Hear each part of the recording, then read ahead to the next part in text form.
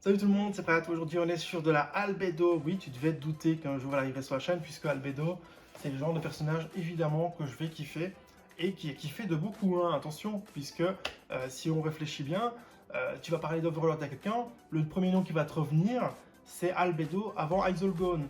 Déjà parce que lui c'est un squeletton, elle est canon, et en plus parce que Izolgone, une fois que tu le vois écrit, c'est un petit peu compliqué à retenir la première fois, ou même à prononcer bien sûr. Donc on est ici sur de l'Albedo de chez Union Creative, c'est du en 7ème. L'Albedo, elle parle d'elle-même, tu vois sa tenue est juste phénoménale. Est-ce que c'est canon ou pas? J'en sais rien, parce que j'ai jamais retrouvé d'illustration avec ce style-là. Maintenant c'est possible qu'elle existe, voilà, je ne saurais pas dire. Je ne saurais pas dire, en tout cas je l'ai vue, j'ai fait waouh, elle est sublime. Tu gardes en fait le style de base Albedo que tu avais dans moment que sa robe blanche. Tu l'as ici avec une mini-robe, ça se dit? Je ne sais même pas si ça se dit. Et alors, ce qui est terrible, c'est qu'en plus, tu la vois en talon avec un truc un petit peu aussi, un peu avec des cœurs, un peu gothique comme ça, avec le noir, etc. Et tu as des petits rubans, tu as des trucs super sympas, mais au niveau de sa corne, tu as un petit ruban, il me semble, oui, il me semble bien. Et c'est ouf, c'est vraiment ouf. Les courbes que tu as au niveau de ses ailes, on les regardera en détail, mais c'est très courbé, et les plumes font toutes des courbes un petit peu parallèles comme ça, c'est très harmonieux en fait au niveau des plumes, avec un côté toujours naturel, hein, c'est-à-dire que tu as les plumes qui sont un peu relevées, puis dans l'autre sens. Bref, j'ai craqué. Voilà, donc il fallait savoir qu'avant je voulais une autre figurine, je l'ai ratée, elle a explosé en cote, j'ai raté une autre figurine, elle a explosé en cote, et la troisième fois je me suis dit, bon, celle-ci, je vais peut-être pas la rater parce que celle-là, je vais peut-être m'en mordre les doigts et j'étais sûr. En fait, je kiffais tellement le design que j'ai fait waouh, je peux pas la rater. Je ne peux pas la rater. Donc, il faut savoir que Dual Blader, tu en auras en un quart, en un sixième résine. Si les designs sont pas trop ressemblants, il y a des chances que tu aies les deux ici. Alors, il va y en avoir plusieurs, donc il faudra que je fasse mon choix. En tout cas, il y a des chances que tu en aies ici. C'est même certain que tu vas en avoir ici. Donc, tu en auras dans les reviews. Et donc, ce que je vais te montrer, c'est la boîte, parce que la boîte est assez particulière. La boîte, la voici. Donc, tu as une boîte très sobre, avec de l'albédo un petit peu partout. Et le truc qui est assez marrant, et qui est assez original, c'est que si tu regardes bien la boîte, qu'est-ce qui manque? Eh bien, il manque la marque. Voilà. Quand j'ai refait la vidéo, quand j'ai repris la vidéo, je me dis, je vais prendre l'albédo, on va aller refaire une vidéo. Je ne savais plus qui c'est qui l'avait fait. Je me suis dit, merde, qui c'est qui avait produit cette figurine? Et regarde la boîte, je me suis dit, ben, il est marqué nulle part en fait. Je ne me souviens plus, donc j'ai dû repartir sur le PC pour voir qu'est-ce que c'était et si c'était une Union Créative qui avait fait cette boîte et cette figurine. Et donc on est ici sur, ben, même à l'arrière, tu as des textes avec un code barre. Il est mis UC, le UC pour Union Créative, mais bon, sur le coup, je t'avoue que je ne savais plus. Donc on n'a aucun détail pour la boîte, ce qui est vraiment particulier.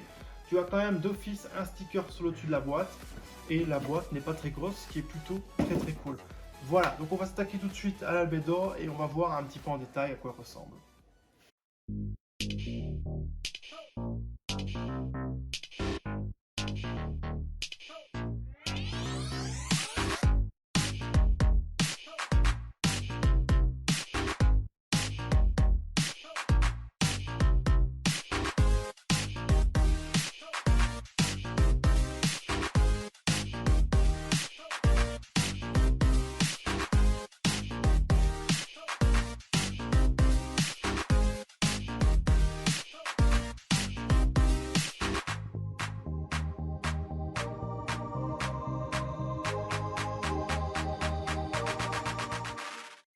Et nous voici sur la magnifique Albedo donc chez Union Creative, du 1/7. Grosse pièce, hein, comme tu peux le voir. On est sur une pièce qui fait du 27 cm, 26,5, 27 cm. C'est du grand en 7ème, hein. Bon, on est enfin, sur un personnage qui est grand et qui est en 7ème. Ici, elle pourrait passer facilement avec du 1/6ème, donc franchement, c'est plutôt une belle taille. Et on est sur quelque chose qui est vraiment terrible parce que le design, je le trouve phénoménal. La genre de robe que tu as ici en mode robe, tu vois, avec une longue manche, le truc qui retombe sur les épaules et le décolleté. Elle est super sensuelle, sexy et superbe en même temps. Donc le mélange est vraiment très bien fait.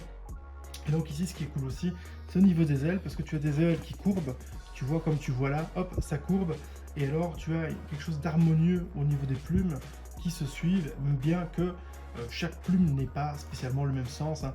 Là ça relève un peu, là ça relève pas, etc. etc. Donc c'est plutôt cool. Je trouve que l'albédo ici, ils ont vraiment fait un carnage. Et du coup, au niveau du visage, on a quoi? Eh bien, on a cette magnifique albédo qui est très très jolie. Voilà. J'espère que la lumière ne va pas tout exploser au niveau du rendu, mais quelque chose de vraiment très très cool. On a du vernis sur les doigts, on a les beaux yeux d'albédo, un style succube bien sûr, puisque albédo c'est un démon avant tout. On a les magnifiques cornes avec ici un petit nœud, avec une tête de mort. Hein. On connaîtra bien la tête de mort style Isengard. Et alors on a la bouche ouverte avec une petite langue à l'intérieur. Hop, je sais pas si ça se voit. C'est plutôt bien fait, c'est propre, c'est fin. Évidemment, c'est de la pièce quand même un minimum coûteux à la base, donc évidemment au niveau bavure et haute, tu es sur de l'impeccable. Alors, il faut quand même signaler que l'albédo, selon les gens, il y en a qui n'ont pas eu de chance et qui ont eu quand même des défauts de peinture d'usine en fait, tout simplement. Quels sont-ils? Eh bien, généralement sur le paint des ailes, tu vois que c'est sombre au niveau du paint et que ça s'éclaircit, mais il y en a qui ont carrément eu la peinture qui s'est barrée au niveau des bouts d'ailes, ce qui est un petit peu emmerdant bien sûr. C'est pas les seuls, hein, ça arrive longtemps chez certaines marques, bien que ce soit des produits assez coûteux, tu peux avoir des problèmes. Et donc ici, on n'en a pas eu spécialement, donc ça c'est plutôt cool. Donc j'avais un petit peu peur à ce niveau-là, mais j'ai eu de la chance. Et on est sur une tenue qui, regardez, elle est vraiment phénoménale. La tenue est vraiment phénoménale. On a aussi des bottes ici, vraiment très cool, qui gardent un petit peu le côté dark de démon, un petit peu gothique. Hop, on a l'étoile d'araignée. On a le vernis bleu. Alors ça, je ne saurais pas dire si c'est une bonne idée ou pas. Mais en tout cas, c'est joli. Voilà. Tout simplement, c'est joli, c'est un bel accord. On peut voir ici aussi que tu as un bracelet au niveau de la cuisse. Le genre de bracelet que tu as, alors ça s'appelle peut-être pas un bracelet, peut-être que ça s'appelle autrement, j'en sais rien. Il faut savoir que ce n'est pas peint par-dessus la jambe. Hein. Tu as une matière, c'est-à-dire que si je peux tirer sur la matière, tu vois, je peux tirer sur la matière, c'est posé par-dessus, c'est fin, alors on dirait que ça a été mis sur la cuisse, pas directement dessus, mais c'est pas du tout le cas. Tu as un objet qui a été rajouté au-dessus. Même chose bien sûr avec les bottes. Hein. Alors tu vois que les talons sont bien poussés et que tu as entre le talon et la semelle, si on peut appeler ça une semelle, tu as du plastique transparent. Hein. Tout simplement pour pouvoir être très discret et accrocher la pièce facilement. Parce que si tu mets au niveau de l'avant du pied, tu mets seulement un pex là, ça va être fragile. Que si tu mets un truc bien volumineux au niveau des pecs, tu auras quand même quelque chose de mieux foutu au niveau de la résistance et de la solidité. On est sur une pièce qui est juste terrible. La petite ceinture ici qui est par-dessus, c'est vraiment cool parce qu'elle retombe en fait. Tu sens le côté large et tu sens qu'elle n'a pas serré sa ceinture pour laisser en mode large aussi. Donc ça c'est bien fait. Au niveau des plis ici c'est pareil. On a les plis qui retombent vraiment comme une tenue large. Tu ressens vraiment que c'est une tenue large. Et ça apporte beaucoup de charme et de style. La deuxième main, on la voit pas trop parce qu'elle est en dessous, elle est avec la manche qui retombe bien bas, c'est vraiment stylé. Et alors l'autre manche ici, tu vois que ça retombe, toujours avec cet effet large, ça retombe plus bas sur l'avant-bras, donc plus haut sur l'avant-bras, mais vu qu'on est à l'envers, je dis plus bas. Et on a le petit bandeau aussi au niveau du poignet, c'est très très cool, les cornes sont très très jolies. On a des cornes qui ont un beau paint. Et alors la belle mèche ici qui retombe sur l'albédo est vraiment cool. On a des dégradés de couleurs au niveau des mèches, tu vois, c'est un petit peu bleuté. On le voit assez bien sur certaines mèches. Faut savoir qu'ils ont fait cet effet un petit peu partout, puisque tu regardes les mèches ici à l'arrière, tu as ce même style tout simplement de dégradé. Et c'est vraiment cool parce que tu as plein de mèches fines, les unes sur les autres. Tu vois que c'est du plastique souple hein, d'ailleurs. Tu as toutes les mèches fines ici, les unes sur les autres. Et du coup ça donne du détail parce que c'est pas un paquet qui a été moulé ensemble. Alors moulé ensemble c'est un grand mot hein, puisque tu regardes ici au niveau du dessus de la tête, entre deux mèches, on a un point d'attache d'une des mèches. Et ici, qui part ici, voilà, ici aussi c'est pareil. Maintenant voilà, tu es en plein dans les mèches. Donc ça se voit pas parce qu'il y a des mèches partout en fait, tout simplement. Donc c'est assez discret, c'est plutôt cool.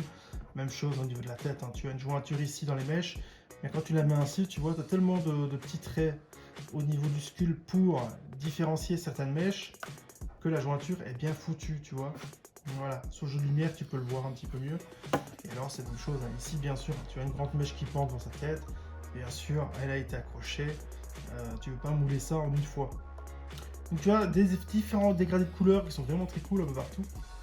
Donc, c'est vraiment très propre. C'est vraiment très stylé. Voilà une pièce ici qui est vraiment excellente. Je kiffe vraiment, hein. Le design, je kiffe, je le rappelle, c'est vraiment génial.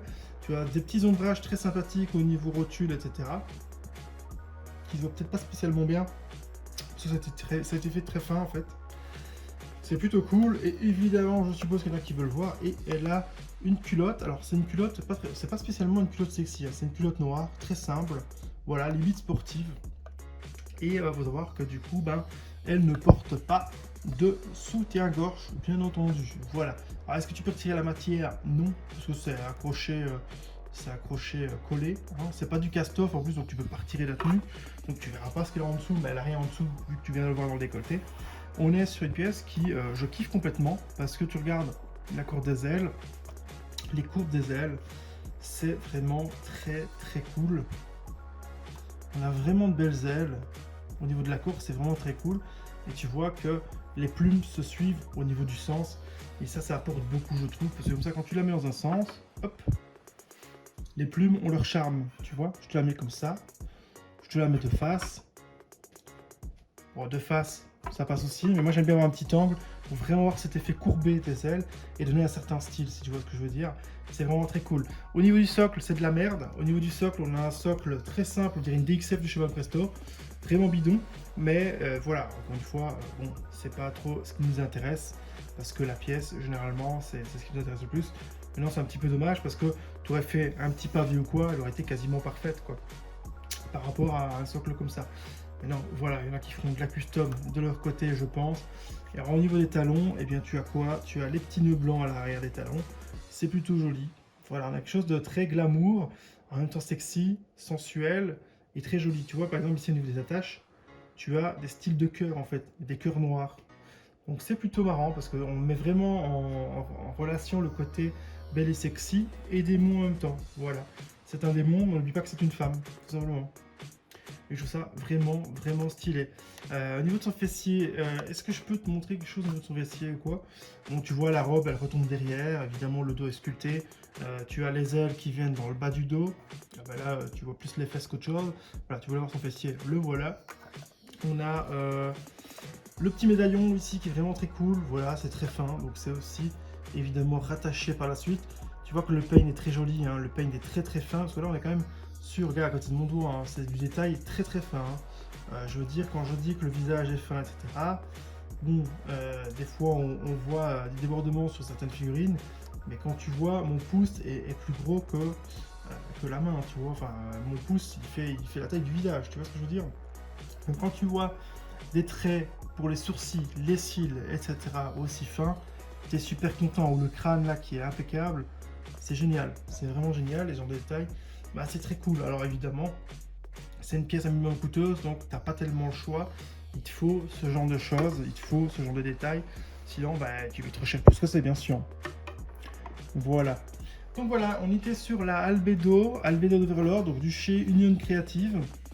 Pièce que je kiffe parce que je la vois ainsi et je me dis putain, c'est une bombe. Albedo, c'est une bombe, hein, faut pas croire, c'est une succube. Le personnage qui veut ça, c'est une chaudasse, une canon, tout ce que tu veux, elle est vraiment canon. Elle est marrante, mais marrante, bon, tu retiens après.